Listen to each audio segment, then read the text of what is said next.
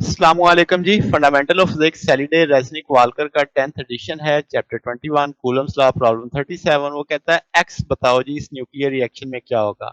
तीन हमें रिएक्शन दिए गए हैं और कहता है अपेंडिक्स में एफ की मदद ली जा सकती है। पहला रिएक्शन क्या है? वो है जनाब, एक आपके पास हाइड्रोजन है, ब्रिलियम से हिट करता है, एक अननोन आपके पास न्यूक्लियाई आता है, साथ में न्यूट्रॉन एमिट होता है। हाइड्रोजन का मतलब एक प्रोटॉन है, एक इलेक्ट्रॉन है, कोई न्यूट्रॉन नहीं है। ब्रिलियम का मतलब 4 प्रोटॉन, 4 इलेक्ट्रॉन और आपके पास 5 न्यूट्रॉन है। अब हम कह सकते हैं कि ब्रिलियम आपके पास एक्स के पास 1 प्रोटॉन और 4 प्रोटॉन मिलके कितने हो गए? 5 प्रोटॉन। 1 इलेक्ट्रॉन और 4 इलेक्ट्रॉन मिलके कितने हो गए? 5 इलेक्ट्रॉन।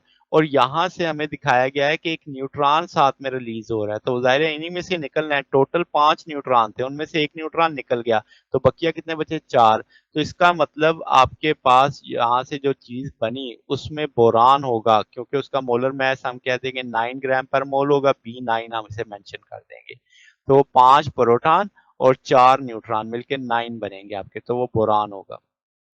इसी तरीके से कार्बन है, हाइड्रोजन हिट करती है कार्बन को, एक अननोन आपके पास न्यूक्लियाई आता है। कार्बन 6 12 होती है, तो 6 प्रोटॉन, 6 इलेक्ट्रॉन, 6 न्यूट्रॉन। पर हाइड्रोजन 1 प्रोटॉन है, एक इलेक्ट्रॉन, कोई न्यूट्रॉन नहीं। अब आउटपुट पे सिंपल एक अननोन न्यूक्लियाई आ रहा है, तो टोटल नंबर ऑफ प्रोटॉन 7 हो गए, टोटल नंबर ऑफ इलेक्ट्रॉन 7 हो गए, टोटल न्यूट्रॉन 13 हो गए। तो प्रोटॉन और न्यूट्रॉन मिलाओ तो 13 बनते हैं टोटल, तो आप कहेंगे नाइट्रोजन होगी। तो N13 हम लिख देंगे इस चीज को। इसी तरीके से लास्ट वन है, नाइट्रोजन को हाइड्रोजन हिट करती है, हीलियम अल्फा पार्टिकल आता है, साथ में एक अननोन न्यूक्लियाई आता है। नाइट्रोजन में 7 प्रोटॉन है, 7 आपके इलेक्ट्रॉन है, तो 8 न्यूट्रॉन है।